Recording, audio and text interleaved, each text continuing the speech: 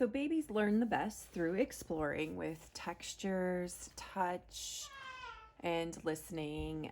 So with sounds.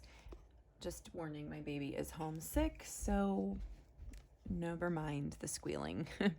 Anyway, so our Slide and See series is one of our best sellers because it teaches kiddos the cause and effect. But in addition to that, there's just bright colored illustrations, there's finger trails, there's cutouts. And of course, though, this is the favorite. It's the Slide and See portion. And again, there's some finger trails, and there's a lot of little words you can say along the way to kind of teach them different automatopoeias. Anyway, so that's the Slide and See, and there's several in that series. We do have a noisy book series. Make sure, yeah, so they make the lion roar, not very menacing. But anyway, on each page, they're supposed to then match the button. And they're not overly annoying.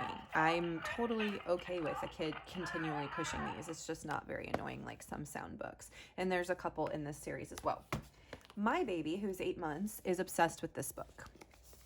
Unexpectedly, he just loves it. And I think it's because of all the shiny pages. These are board books, but they're a little thinner, which he likes because I think it's easier for him to turn. He loves playing peekaboo with this, with his hand or my hand. The pages are just beautiful. And that is the baby's very first sparkly playbook. And there's several playbooks that we have. Here's another version. This is a touchy-feely one. There are going to be some flaps, so you do want to monitor them if they are super young and they just want to tear things. It is just always a risk, but we always just recommend making these top shelf books, which means books they can only look at with an adult. So, and there's a lot of textures and fun things in there.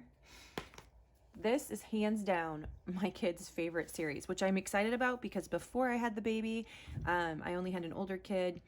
And I just didn't get the hype with these, and now I get it. He loves textures, and it's going to have the same cadence on each page, which kids like. This is his favorite because he can scratch it. There's always a hidden mouse, so as they get older, it's something for them to look for. But you kind of read it through like, that's not my dragon. Its tongue is too fuzzy. And then they touch the tongue. And then at the end, there's always, that's my dragon. Its wings are so scaly. And there are literally maybe 36 versions of this book and different animals. So you can find something that will appeal to everyone. One of our brand new releases is Don't Tickle the Hippo, because you might make it snort. Oh, I have it turned off, which I love that you can turn it on and off. I mean, how cute is that? So each one, if you tickle them, the animal makes a sound. These are way thicker pages. Last but not least, this is actually labeled differently, the new version, but this will be, I think it's Poppy and Sam's. I probably should have checked that. I'm sorry. I just love this book, so I totally forgot that they've republished it. Anyway, so there's going to be some flaps, there's some textures, and then there's also mild counting. So there's only one cow in the barn. Where's Daisy? Peekaboo. And because this is illustrated by Stephen Cartwright, you're going to find a hidden duck on every single page. And it goes all the way up. I think it counts to 4. Yeah. There you go.